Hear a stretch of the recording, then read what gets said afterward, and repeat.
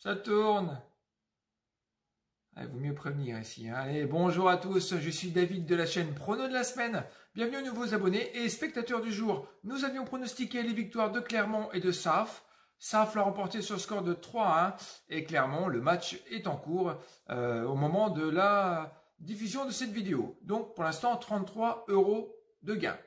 Je vais vers vous pour vous présenter mes 10 matchs de Ligue 1 pour cette 37e journée qui se jouera en multiplex ce dimanche 16 mai que je regarderai sur le site Channel Stream. Et on commence tout de suite par Bordeaux-Lens. Les deux protagonistes ont perdu sur le score de 3-0 le week-end passé.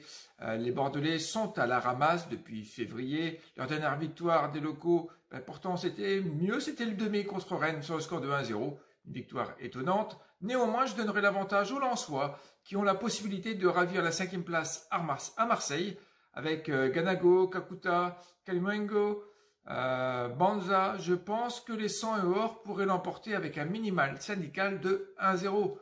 Ensuite, on a cité Marseille. Alors, on embraye avec l'Olympique de Marseille qui recevra le SCO d'Angers. Les Olympiens sont à la 5e place avec 56 points, alors qu'Angers se trouve dans le ventre mou du tableau et quoi qu'il arrive seront en Ligue 1 l'année prochaine, donc certainement pour une préparation de la saison 2021-2022. Cependant, il y a de l'enjeu pour le Stade Vélodrome. Gagner et le superbe pied de nez serait que Thauvin soit buteur ou passeur avant son départ pour le Mexique. Une victoire des Marseillais est bien possible et probable sur le score de 2-0. Ah oui, si vous cherchez les doubles chances ici, un nul, 1 ou 2 ou nul ou 2, et ben vous ne trouverez pas ici. Bon, même si parfois ça fait mal. Ensuite, Nantes se déplace à Dijon. Les Nantais ont su créer la surprise en l'emportant contre Bordeaux le week-end passé et on l'avait ce prono. Les Canaries restent sur 4 victoires consécutives, très encourageant pour ces Bretons. Les Dijonnais, relégués au fond du train, iront en D2 l'année prochaine. En leur espérant un nouveau départ, les Nantais ont gagné 5 matchs à l'extérieur dont 3 de leurs 5 derniers matchs. Donc une meilleure dynamique par rapport aux locaux. Je veux croire en la victoire des visiteurs sur le score de 2-1 avec un but de Louza. Pourquoi pas. Ensuite, Lille reçoit les Verts de Saint-Étienne. Le leader de notre belle Ligue 1 avec 3 points d'avance sur Paris et 5 sur Monaco.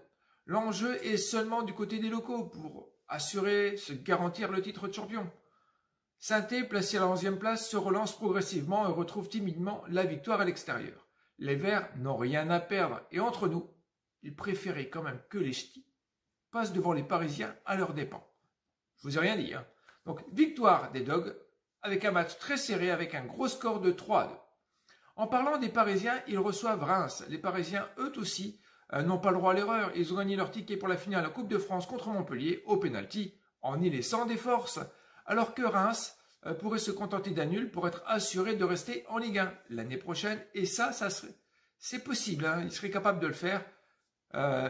Et ça serait fort possible si jamais on a un score vierge à la mi-temps. Pour le club de la capitale, j'ai du mal à croire qu'ils n'en seraient pas capables de prendre leurs 3 points quand même à domicile avec leur armada. Victoire des Parisiens, bien que privés de Kimpembe sur le score de 2-1. Ensuite, nous avons Lorient-Metz. Les Merlus doivent prendre 3 points et rien d'autre, ou alors leur chance d'évoluer en D2 l'année prochaine augmentera.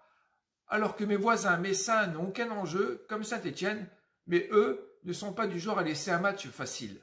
Lorient se porte bien mieux à la maison et je veux croire à leur victoire sur le score de 2-0 avec pourquoi pas un but de Muffy face à des visiteurs pas toujours confrontables loin de leur base. Le troisième du tableau, Monaco reçoit les Rennais. Les hommes du Rocher se sont baladés en Coupe de France contre l'équipe de Rumilly-Vallière sur le score de 5-1. La hiérarchie a bien été respectée quant à elle. Aujourd'hui, c'est peut-être l'affiche du jour. Rennes ne peut pas se louper non plus. Au mieux, une victoire, au pire, un nul pour espérer l'Europa League. Les Monégasques jouent également à la maison alors que leurs résultats sont en dents de scie. Un possible match très serré, une nouvelle fois avec la victoire des locaux sur le score de 3-2. Ouais, ça fait des buts, ça. Le 7e match de cette journée sera la rencontre entre Montpellier et Brest. Brest a des difficultés à l'extérieur avec seulement 3 victoires et des incertitudes pour leur avenir. Un nul leur garantirait à 90% une nouvelle saison en Ligue 1. Les Montpelliérains ont 50 points. Il paraît compliqué de voir Lens ou Marseille ne prendre aucun point pour espérer jouer les barrages.